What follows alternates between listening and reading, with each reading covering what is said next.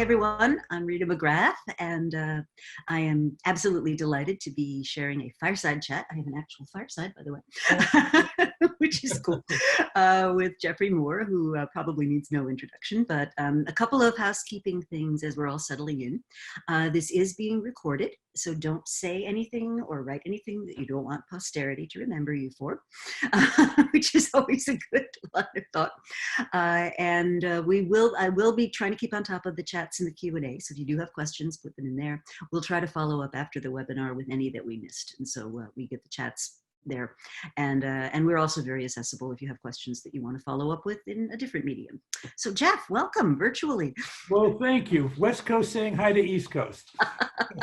Indeed. We're here. We're here. And I was trying to remember when I first met you. And I think it was when I brought a group to California of very senior executives from ING. And they wanted to learn something about how does Silicon Valley think about things. And I said, well, I can't think of anybody who would be better sort of channeling the Silicon Valley of the time than Geoff Moore. And I think that's when we met. And you were, I think you were doing, I'm trying to remember the book. It was Living on the Fault Line, I think was the book you were working on at that point.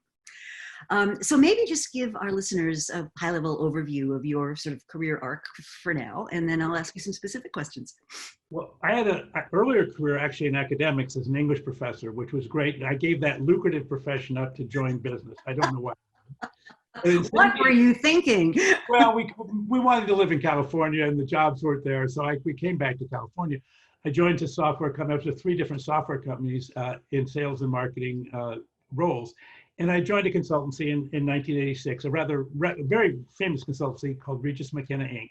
And that was where I was able to see a lot of tech companies and begin to see patterns in how the markets were developing. And Regis had some material that was very helpful to work with. And that led to the first book, which was called Crossing the Chasm. And that's sort of the book that I'm best known for. It's sold a lot of copies around the world, still in print.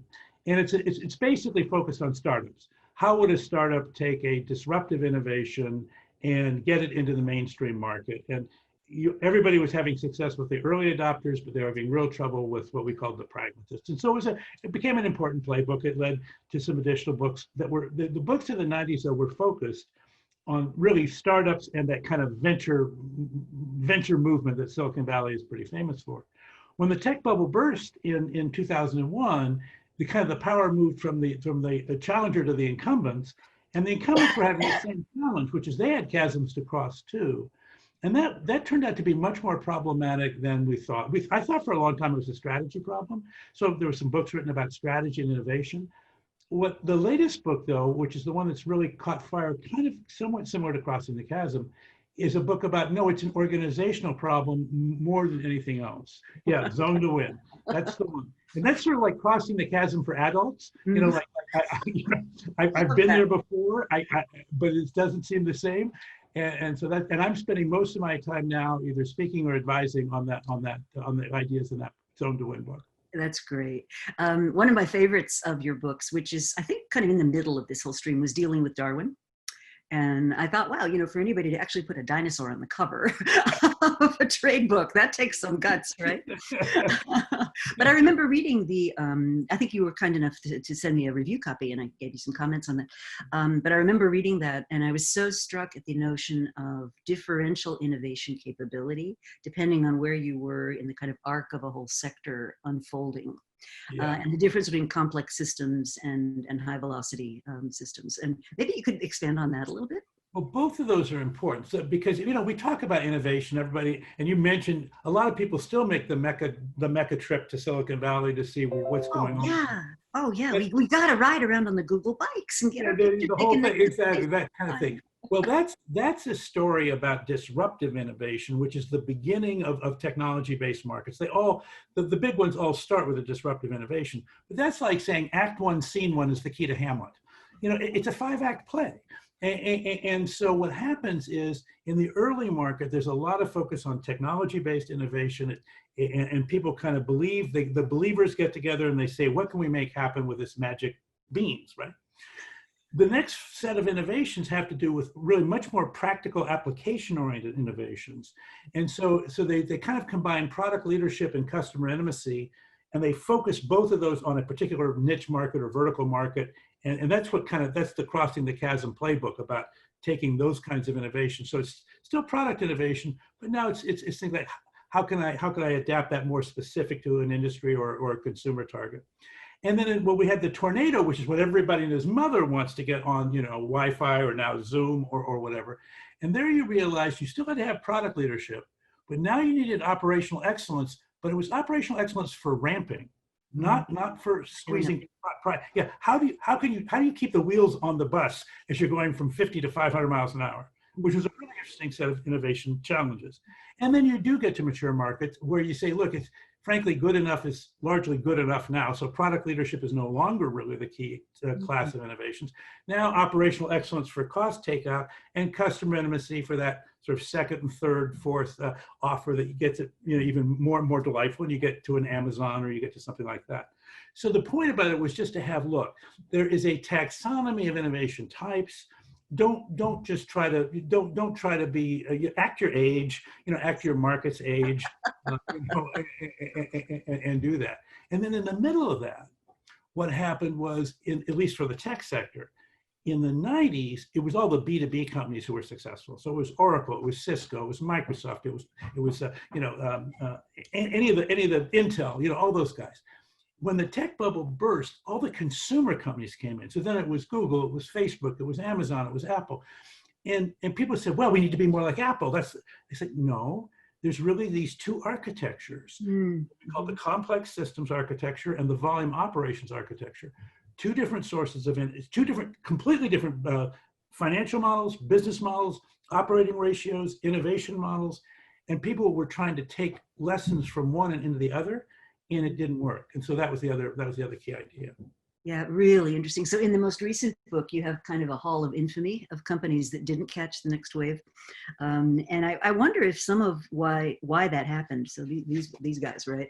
I wonder if some of why that happened. 56 of them in the foil that I have. And by the way, these were iconic companies. These were really, the list that Rita's showing is not the losers. These people crushed it the first time, and they don't exist anymore.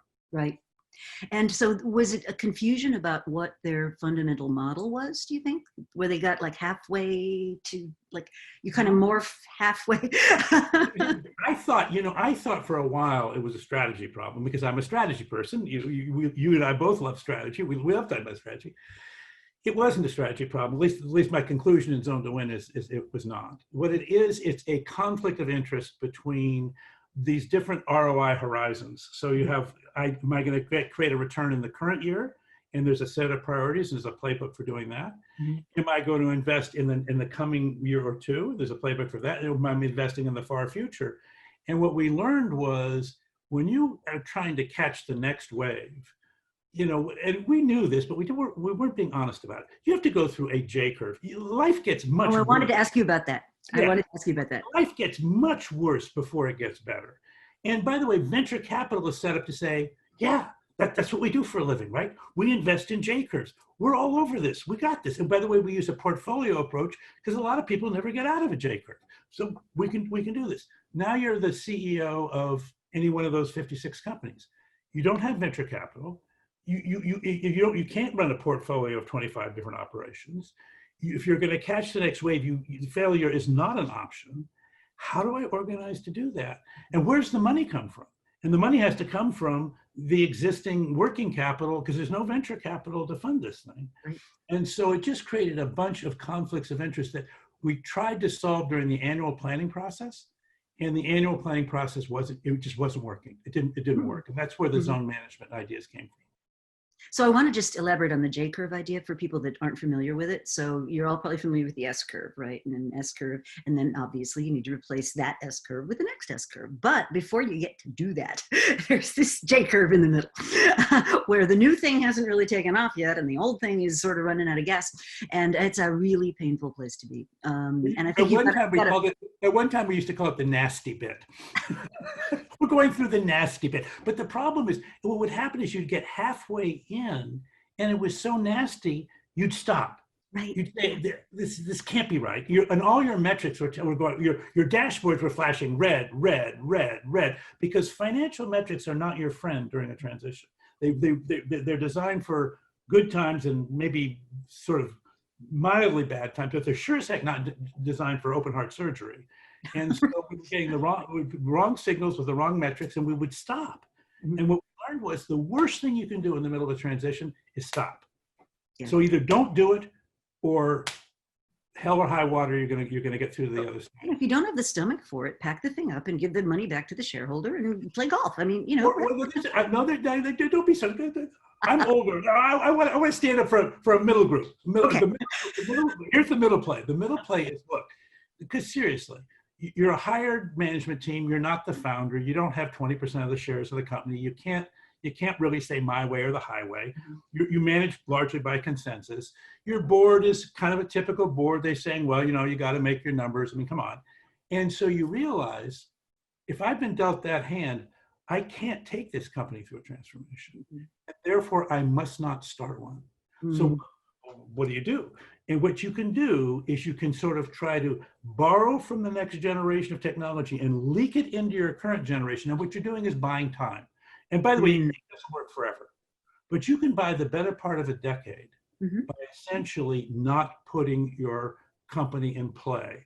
Yeah. Eventually, you got to call it. And what you should be doing during that time is trying to create a coalition of the willing that can make this journey, or frankly, sell your company to somebody who can do it on your behalf, because they have a coalition of the willing and they buy your company. But I do think it's important that because there's just a lot of companies, more companies are set up today. I think more companies I talk with do not have that coalition than do have it. I agree. I went through a very, very painful decade watching Nokia just absolutely fall into that pattern. One of the things you talked about in an HBR article from a little while ago was what you called the Horizon 2 problem, which I think is very related to this. Maybe you could elaborate on that a bit. Yeah. So one of the ways we get that, Jay, is if you just look at any spreadsheet, you say, well, okay, so we're revenue versus how are we doing? And what you realize is that you go below the line and you're losing money. Oh, we're losing money faster. Oh, we're accelerating downward. And so actually the first thing in the J curve is, could we bottom out, please? Could we bottom out? And then when you bottom out and you start to come up, hey, we're still losing money. We're still losing money. As I said, in the venture model, that's built into the venture funding equation.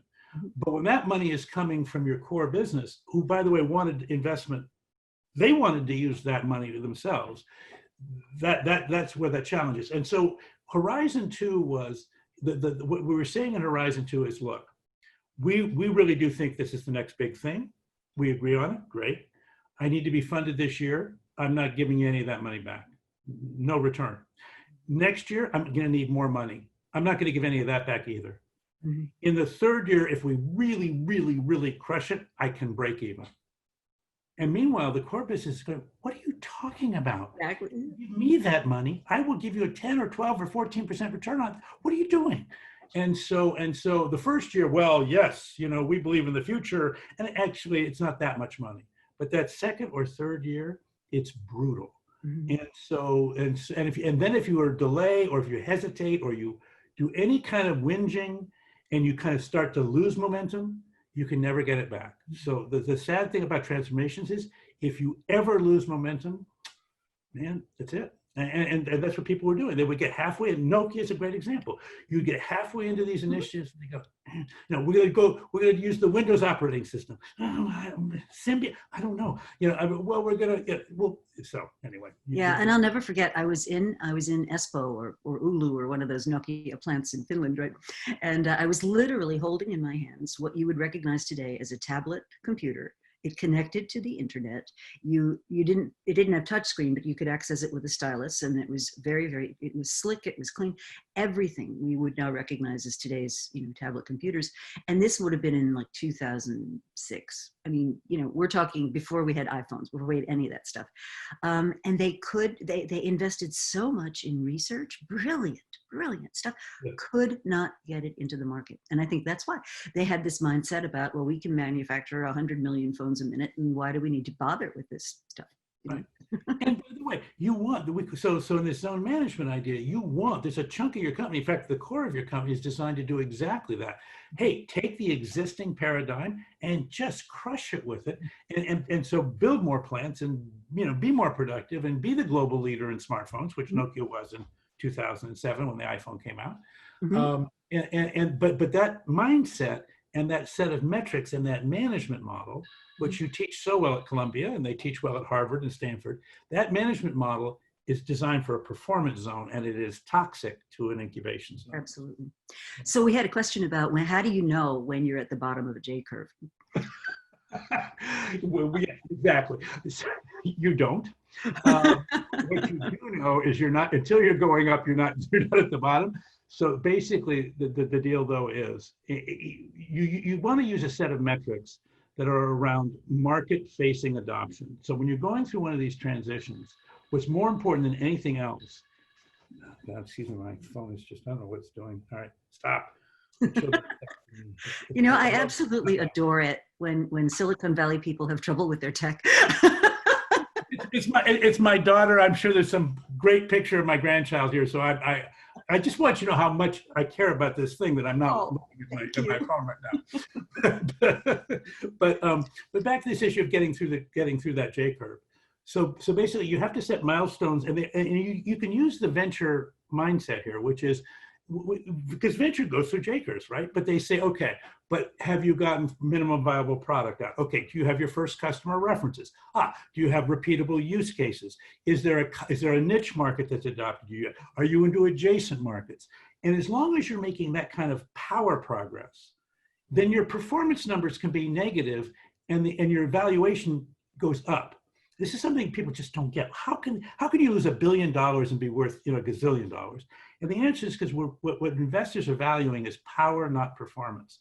What they're saying is performance is an indicator of power, and power is a predictor of future performance. So you're getting, but you have to measure power, not performance, during this J curve period. And all our metrics are set up to measure performance. So it just looks like you're performing worse and worse and worse. And the answer is no. The correct answer is yes, but we're getting more powerful and more powerful and more powerful. Right. So one of the metrics that a colleague and I have dreamed up is something we call the imagination premium.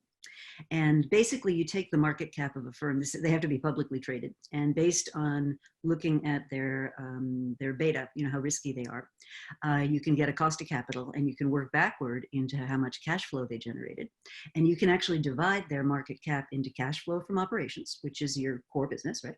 Yep. And cash flow. And market cap attributable to growth. Now, what's super interesting is that a company like Tesla, it's all value of growth. It's all value of growth. Yeah. And so we're hoping to really use that metric to try to combat a little bit this tyranny of the quarter by quarter, because if we can show you, if I could go to a Boeing or a whatever and say, look, for every 10 million you put into innovation, this is going to be the consequence on your market cap if you have a credible growth story and you tell the story well. And so, a company like Amazon or Tesla or any of those have imagination premiums up the wazoo, not because they're super profitable, but because people are saying the power metrics, right? Yeah, and this is really important. Something else you just said, you have to be able to tell the story. So remember, I'm an English professor, ex-English professor. So what's interesting about the world of performance and power, in the world of performance, the spreadsheet is your friend. In the world of power, it is not. In the world of power, PowerPoint is your friend. And by the way, PowerPoint can lead you astray in the world of performance because you can lie actually with PowerPoint. But the point about it is the narrative. I'm shocked. I know, it's amazing, even in politics apparently.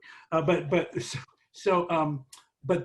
the key to the power thing is it begins with a narrative, and the narrative says something like there's a categorical shift going on. And look at the media we're on right now, and look what happens to Zoom stock price and all the video conferencing stock prices. The category is coming into prominence, and we tell a story about where the trapped value is in the world and why this category is going to release all that trapped value and why people are going to want to give us a lot of money for it. Hasn't happened yet, but we're heading there. So we call that category power. And what Rita's imagination premium is all about is saying, guys, where are you get a return on that in your market cap, because investors are forward looking. we always say investors look at the last quarter. They do, but they're looking at it as an indicator of future power. Because a share of stock buys a share of the future earnings. It doesn't buy you a share of the past earnings. So that's over. But what they're trying to do is where are you, is where you're going. And so this, and the business schools need to be better. Now I'm going to challenge, all the business schools. Mm-hmm. We don't teach this power and performance yin yang correctly, or I don't think we treat it correctly. We over rotate to performance, and anybody who gets an MBA and doesn't know how to manage the performance zone wasn't listening. Mm-hmm. And we talk about power, but we talk about it in a more impressionistic way, and we don't get it concrete enough to say, but what am I actually doing to create power? Mm-hmm. Absolutely. So just for those that may not be familiar with this distinction, this actually is something I think Satya Nadella talks about a lot, which is changing the incentive plan, where a chunk of it's based on sort of delivery today, and a chunk of it is based on these power metrics, so that you're actually incenting people to care about the future. And if half your comp comes from caring about the future, you're going to be a lot more interested in it than if it is the other way. Because it's Microsoft, you'll know there'll be objective metrics associated with both. It's not like well, I kind of read the I Ching and thought about power. There'll be objective metrics. They tend to be market signals, like adoption is a monthly. There's a thing in tech called monthly active users. That's a great power metric, mm-hmm. because it's how much is there appeal. So you look for those objective metrics of power, just like we look for objective metrics of performance. Absolutely. One of the things I talk about a lot, and I've been doing some work on strategic inflection points, and one of the things people persistently get wrong is that there are actually three kinds of indicators. So there's lagging indicators, and most of what you're calling performance measures are lagging indicators. So revenues, this quarter is a result of decisions I made 3 years ago, Then you have current indicators. So that's things like your net promoter score or employee engagement. And the hardest thing to get a hold of are these leading indicators, these measures of where we're going. So one of the things, little bright spot in the business school side is my colleague, Steve Blank. Steve, I'm sure. I know Steve. Yeah, he's great. Yeah, and he's got this wonderful metric that he calls the investment readiness tool, I guess he calls it. And what it is sort of like when the YMCA does their fundraiser and they want to raise $10,000 and they have like a thermometer that shows your progress. And he has these milestones, right? Just as you've alluded to, he says, well, the first thing is, do you have any kind of evidence somebody wants to buy this thing? And but it's basically a measure of power. That he's come up with, and he is teaching that. So I think that's a useful. Well, it's great because in the annual planning process, often we use ROI as sort of the test bed for should we invest in A or versus B. But ROI is highly privileged to the existing business and to the existing ROI, and it becomes very fuzzy. It's a very difficult metric to use for these more future-looking things. And so I do think it's better to say ROI for performance, and then these other metrics for power. Mm-hmm. One of our listeners just said investment readiness level is what he calls it. So that's good. Okay, thank you, listener. See, I like an educated audience. This is good. Thank you, people. Keep us online. Absolutely. So one of the ideas that you've talked about, which I don't think has gotten as much attention as maybe it should, is this distinction between core and context. And I wonder if you could sort of tell the story about that. Sure. So, because people were saying, what would happen is people would say, well, we're not putting enough money behind our most advantaged opportunities. And we have these crown jewels, we have this capability, we have this great opportunity, but we're putting most of our money into what they called their core. And the more you looked at their core, what you realized what they meant by that is their existing book of business, which was increasingly becoming less differentiated, but it had inertial momentum. And so we said, well, wait a minute, there's something else going on here. So we made this distinction between core and context differently. We said core are the things that make you unique. They're your crown jewels. They're the things that other people envy that they don't have. They're your claim to fame. They're the reason that you are you. And context is everything else you do. And when you looked at your business that way, you realized a whole lot of your core business was actually context. I mean, basically, you were Nokia, you're making 100 million phones. Well, yeah, but people would just make phones. And the key thing with context is you don't get a prize for being brilliant. but you do get a penalty for screwing it up. Mm-hmm. It's like your luggage arriving when the plane arrives and you're in Boston. If your luggage arrives, you don't like go, way to go, United Airlines. But if it doesn't arrive, you get really cranky. Okay. So you can see why there's a lot of risk can be associated, particularly with what we call mission critical context, but there's not a lot of reward. And so what we're trying to do is saying, look, when you look at your context functions, that's a place you want to extract resources and get more and more efficient, because you still have to deliver, but you're not going to get a prize. So if you could extract resources from there and put them into core, where you're going to get a big prize, because core is where people pay you a premium. That I want the iPhone, I don't want the Android phone, and I'll pay you a premium, to get one. But it's got to be because you innovated on your core. It just, that distinction was I think pretty enlightening for people. I think it really was. And I don't think we talk about it enough. This idea that you can't just look at all the things that you do as this undifferentiated blob. One of the frameworks I use a lot is basically looking at attributes that people once thought were like positive and exciting, and I'll wait all night long in front of the Apple store to get them. What happens over time is, in a competitive market, competitors catch up, or whatever we're doing is nearly good enough or whatever. And I kind of see many of Apple's products sort of sliding that way. Core becomes context over time. Exactly. Yeah. And so, they lost me at the iPhone 6. Okay, all right. Because what it says is, it's really important. So no core is permanent, right? And you wrote that book, The End of Competitive Advantage. And I can remember a time when we thought, well, if you get competitive advantage, it's like a fort. It's permanent. It's going to last forever. But in a competitive market, what does a competitor do?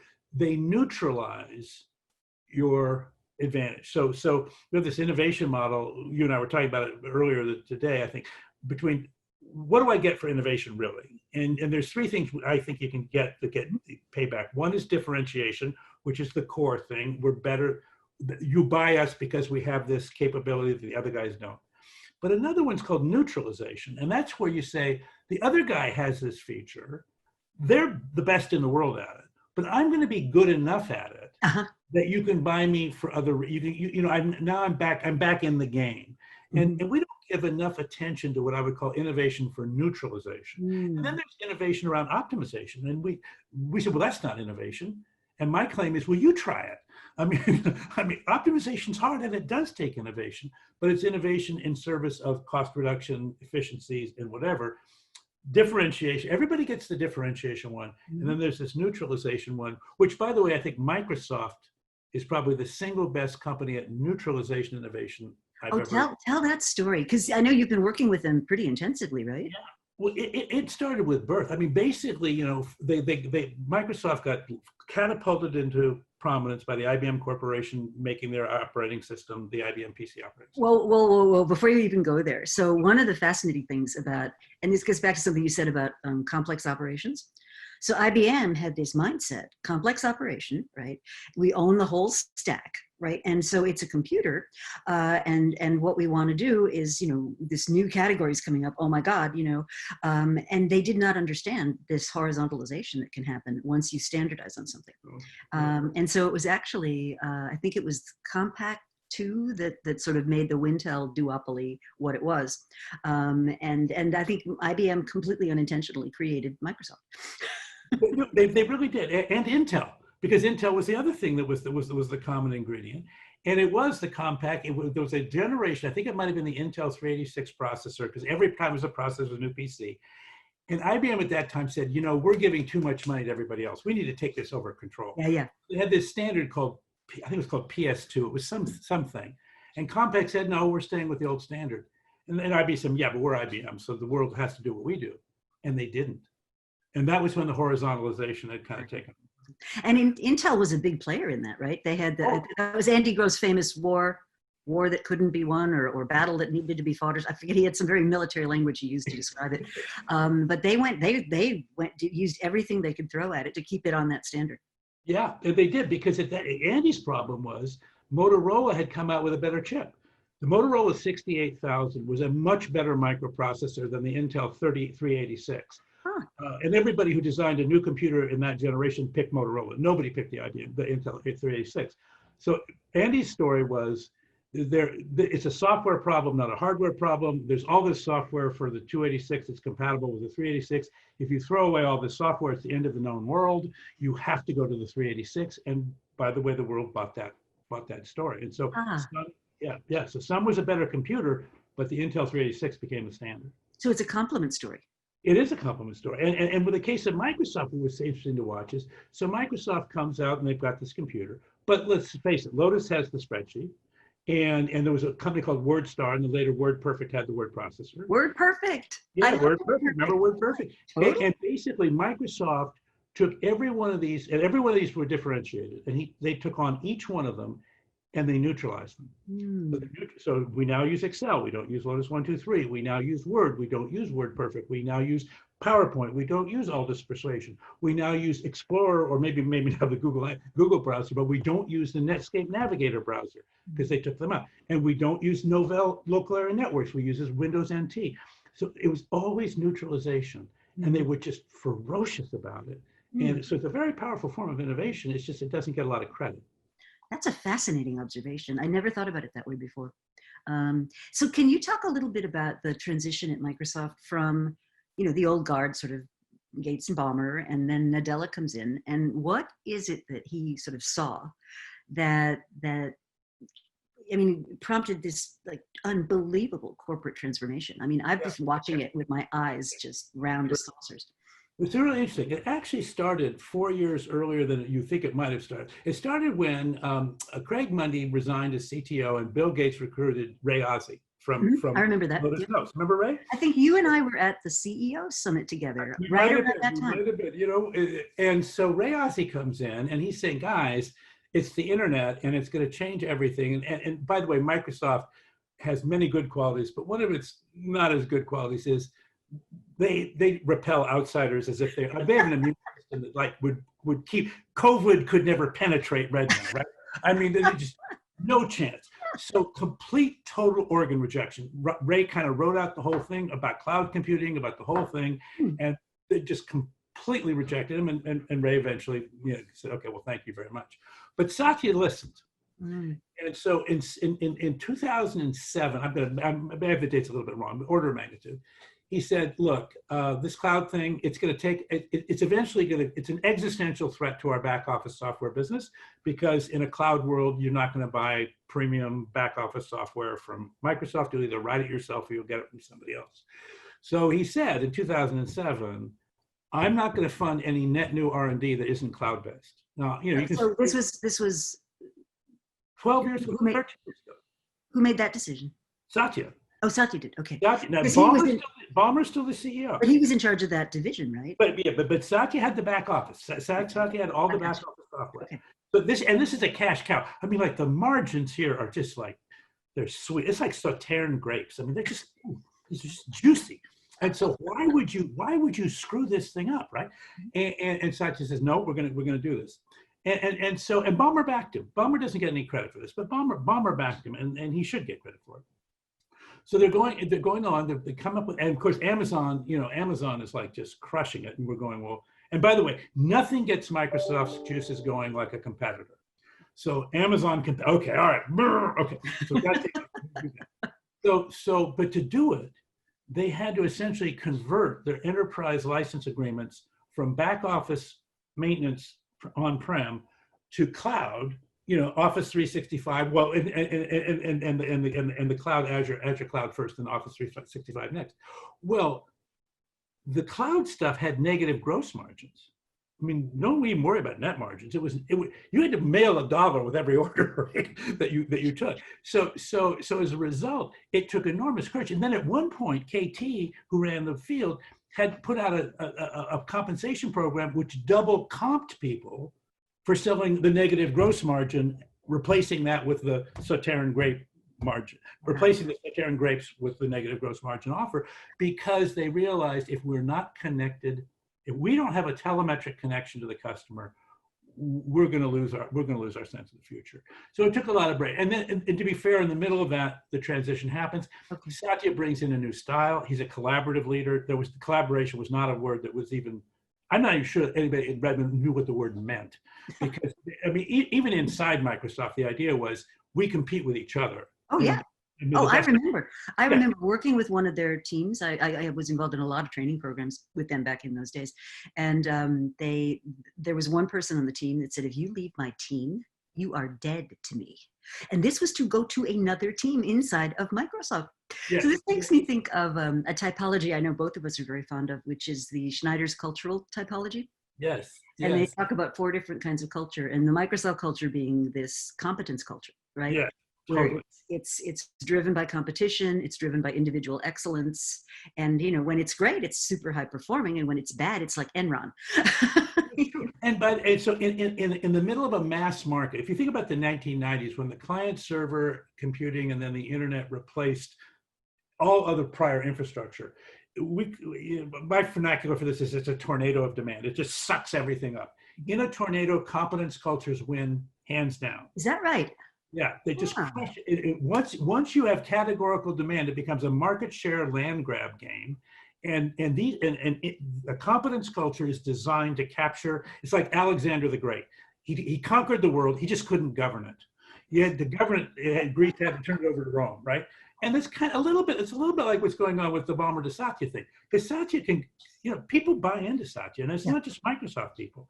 The world has bought into him.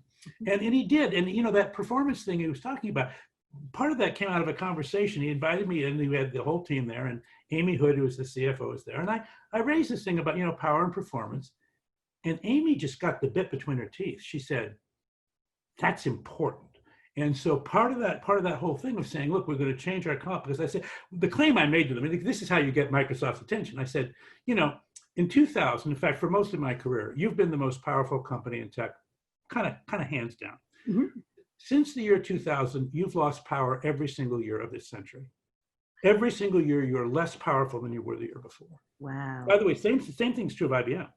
And needless to say, that when you needle these folks, they do react.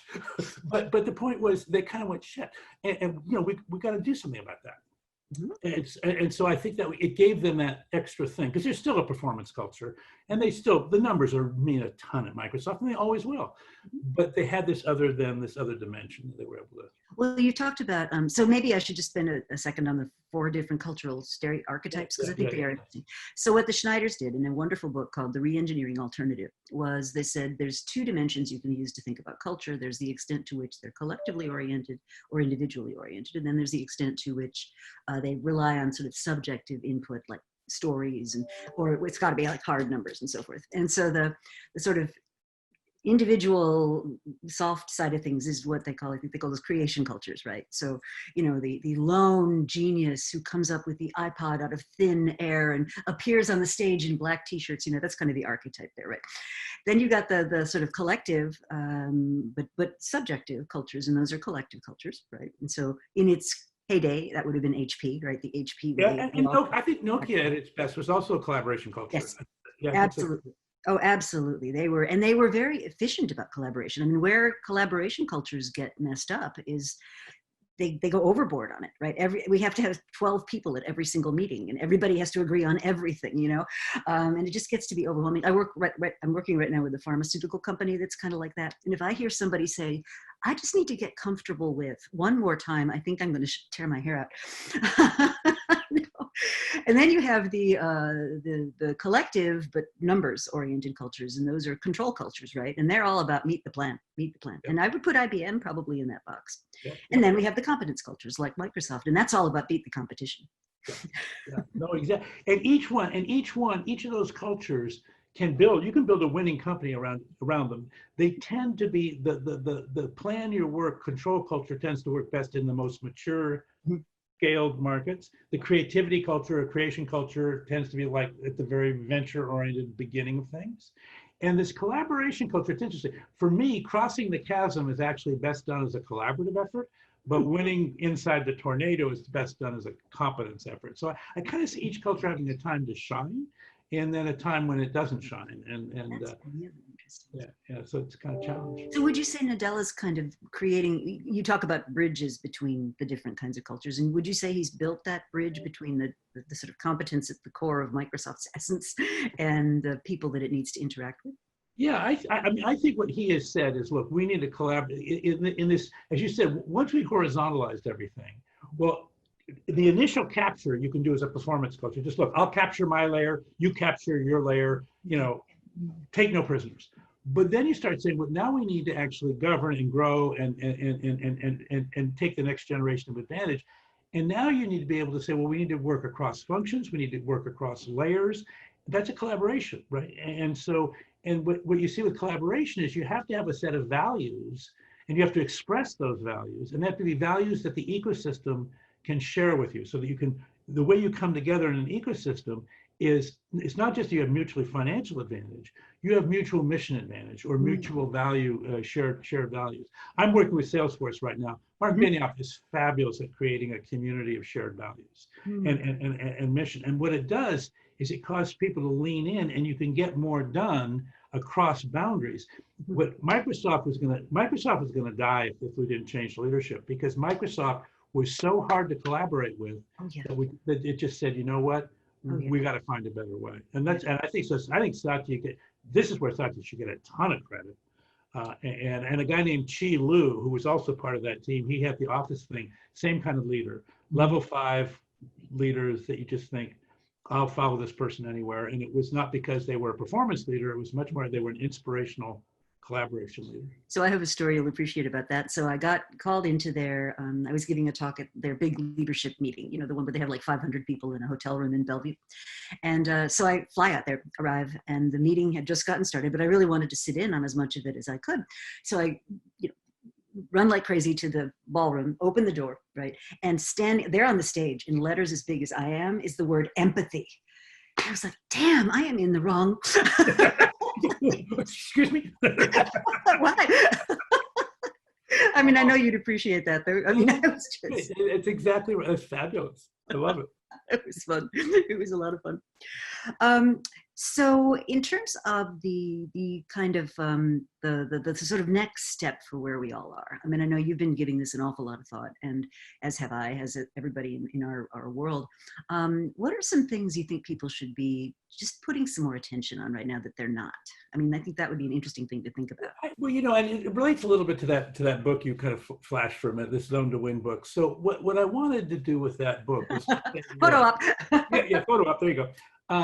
Say, look, as we try to, we're under a lot of pressure to try. The subtitle is organizing to compete in an age of disruption, and disruption is the word. And obviously, COVID has now created another dimension to disruption. So when that happens, it puts your organization under stress, and there are zones of interest inside your company that are getting conflict with each other because they have legitimate objectives that need to be managed in very, very different ways.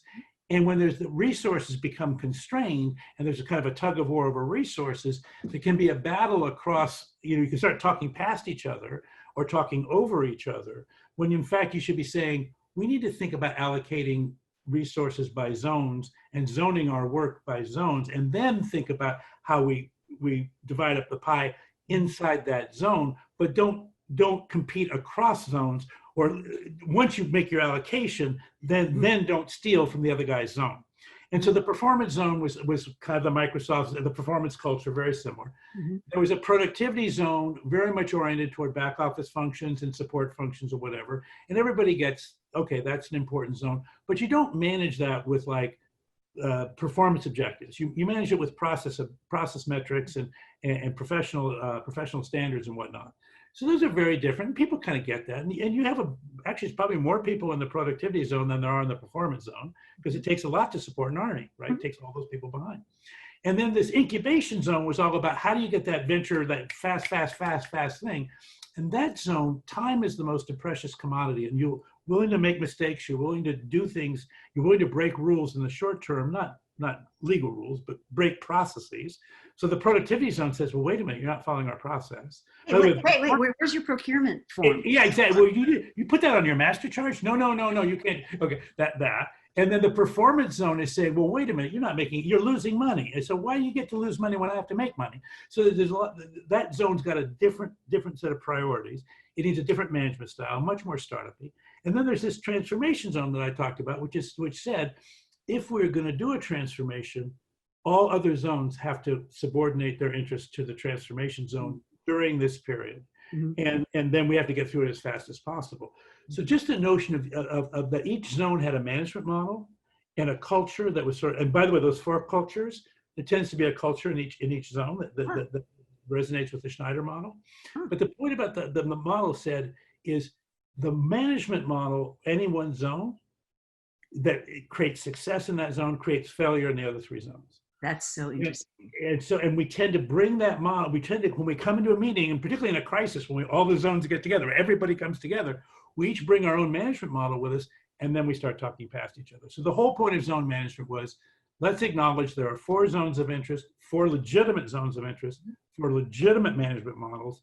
They do not blend, and therefore what we need to do is sort things out and decide for this level of work or this initiative, which zone are we playing in, and therefore which set of rules are we playing by, and don't switch rules halfway through, because that's what was going on. That's so interesting.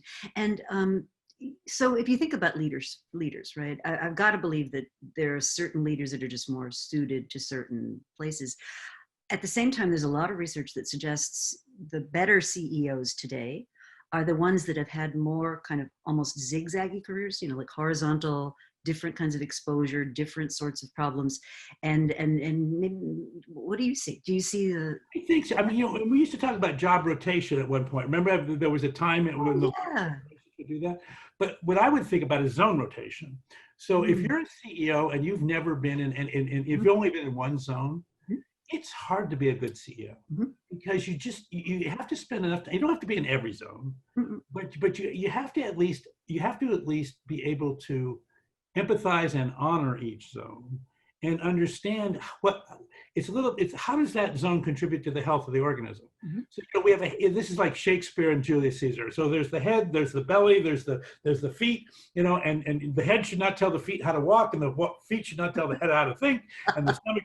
It's a little bit like with zones, right? We need them all to be healthy, and what happens, I think, in bad times, I think the most common thing you and I see is I would call it either tyranny of the performance zone, where it's just the number, or if the company's in decline, you actually see a shift of power from the performance zone to the productivity zone, and it's tyranny of the productivity zone.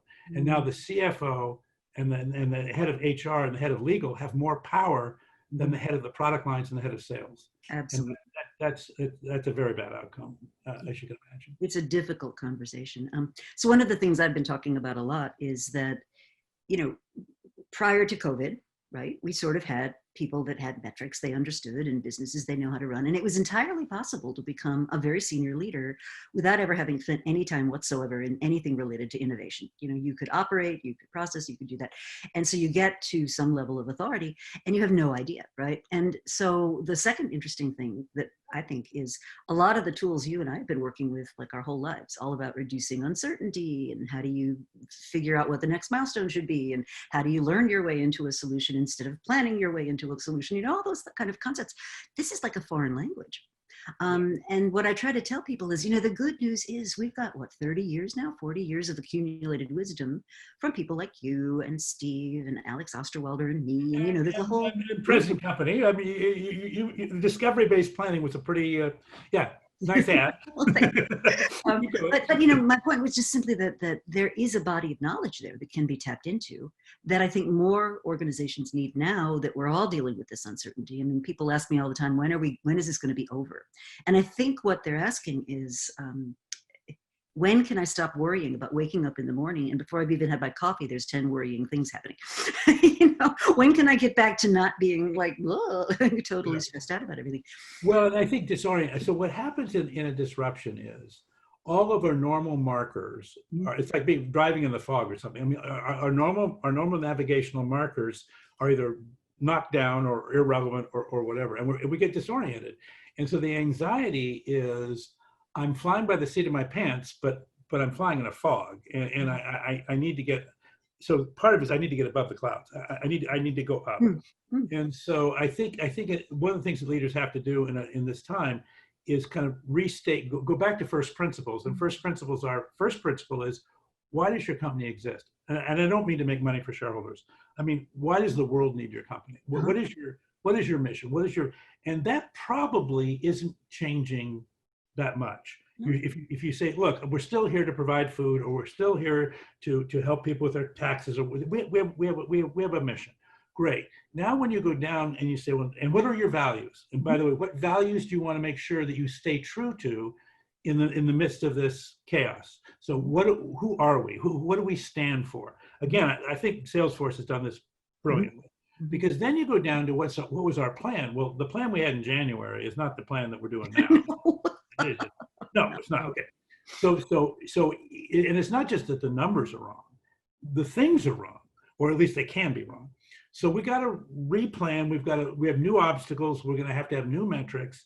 And by the way, you can't have none. I mean, you can't perform without objective signals of success or failure. So you have to set new metrics.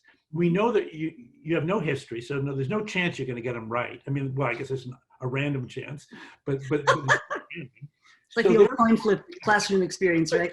Yeah, you see a guess. So the game then is, I think you need to go to a 6-month review cycle for the next 18 months. I mean, you still have an annual plan, it's fine, but just understand what you're trying to do is take the volatility between the gap between actual and plan. Because initially it'll either be this way. By the way, half the companies that I'm talking to are crushing it because they're in food, or they're in toilet paper, or they're in media. And the other half are like, no, we're in travel and hospitality. We're the crushees, not the crushers. But the point is, either case, you want to bring the volatility back down. And during that interim period, the more you can talk about mission and values and serving the customer and putting your place in service, the more you can kind of stay sane in the middle of what's a very bumpy ride.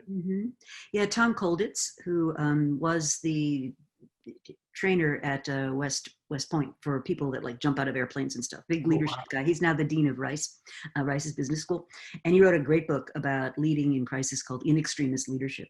And one of the things he talks about that I just think people forget is that we do not need people to get us more energized right now. We are like more energized than we can stand. So what we need people to do is exactly as you described, to kind of exert a calming influence so that we can get focused on something. And another thing Tom says that's I think terrific is he said, look, you know that there are things that are productive to do, and there are things that are unproductive. So if I can just get you focused on some external to yourself task that ultimately will be productive, even if it doesn't pay off today, that's a better direction than just floundering around, and I think those two principles are really kind of interesting. I think they're both critical. And by the way, you and I, we're sheltering in place at home, at least we are here in California. It is easy at any hour of the day to find myself wandering around. Oh, I know. And not being productive. I know. I mean, and I have like two sides of my brain, and the one side of my brain says, no, this is not the time to pick up that bright, shiny object and wonder on Google what it stands for. And the other side of my brain is going, but like I'm like a dopamine junkie here. It's just crazy. I will not tell you how many games of Microsoft Solitaire I have played. That is a secret I will take to my grave. Just we'll keep it between us.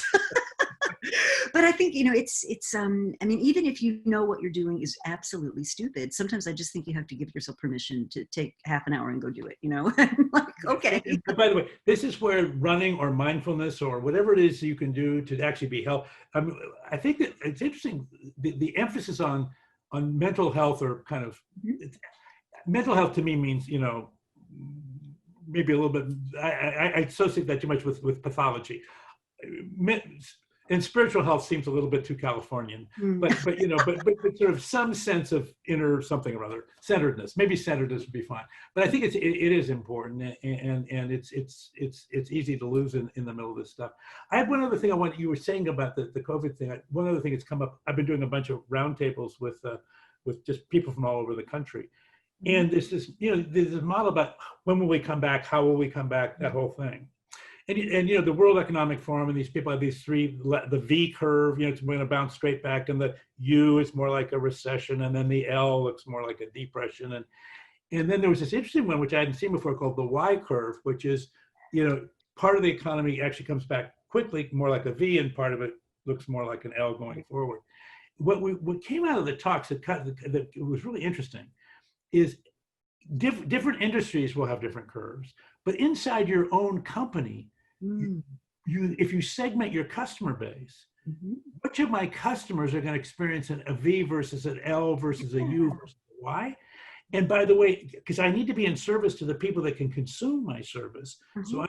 I need to over rotate to the people that can come back, and I need to do maybe strategic acts of generosity with the people that are going to take a longer time to come back. But for the first time, segmenting your customer base based on their economic prospects over the next 12 to 24 months, that becomes a pretty important tactic. It does. That's really interesting. Wow. Well, we're sort of getting toward the end of our allotted time. So what I'd like to ask is, where can people learn more if they want to participate in Jeff's world in some meaningful way? Well, it's really nice. So I think there's a blog on LinkedIn. I have to say, during the COVID thing, I haven't blogged as much as I was in the past, but still Your there. LinkedIn blog is great, by the way. I'm an avid follower. Well, thank you, thanks. And then I do think the Zone to Win book is important because no matter what's happened now, is digital transformation has sort of affected everybody, and so finding a way to incorporate, how do I allocate resources to my core business and to sustaining it? And how do I also position myself to catch the next wave and then potentially actually do the transformation of getting on the next wave? Different problems, different management models. I think just for a vocabulary, one of the things I learned with Crossing the Chasm, and I think it's true of Zone to Win, is if you put the vocabulary out there and let people use the vocabulary, they'll find ways to do the right thing. But if in the absence of a vocabulary, in the absence of being able to name the forces that are working on them, that's when we quarrel with each other. Mm-hmm. Mm-hmm. Yeah, that's so important. And you have a website, and I have you've a got website, jeffreyamore.com. yeah, Yep, and you've got what, 10 blah, books, blah, blah, 10 right? books or something, right? I think there's 7 books that are from Crossing the Chasm to Zone to Win. Those the 2 right now that I'm dining out on is, I still spend time with the venture community and Crossing the Chasm, and now with the established community, it's more Zone to Win these days. Well, I was really glad to see you weigh in on that, because I think some of these insights are not, like, they're not part of our 300-year-old industrial manufacturing model, right? And everything's so much more dynamic. And I do think one of the things digital has done is, aside from dropping entry barriers, it's also dropped internal barriers. I mean, when I go back to my dad's years at Xerox, when Xerox was still, a company, I mean, you had to make photocopies of things and physically bring them to people, and it just slowed everything down, right? And today, your mistakes are magnified, your successes can be magnified, but it all happens so fast, it's like hard for human beings to take all that in. So and the other thing that's happened is, it used to be we got all our computer signals from the back office, and so that they were therefore processed and somewhat historical and stable. Now we're getting all our signals from the environment, and they're dynamic and chaotic and noisy. And the amount of noise that we have to process now is just enormous compared to the noise that was around when I started my career. yeah, absolutely. Well, Geoffrey Moore, what a total pleasure. Thank you so much for spending an hour. And any parting thoughts? Well, no, just great to see you, and great to be actually doing our work at this time, because there's a lot of work to do. There certainly is. On that note, thanks very much. Bye, everybody. Take care.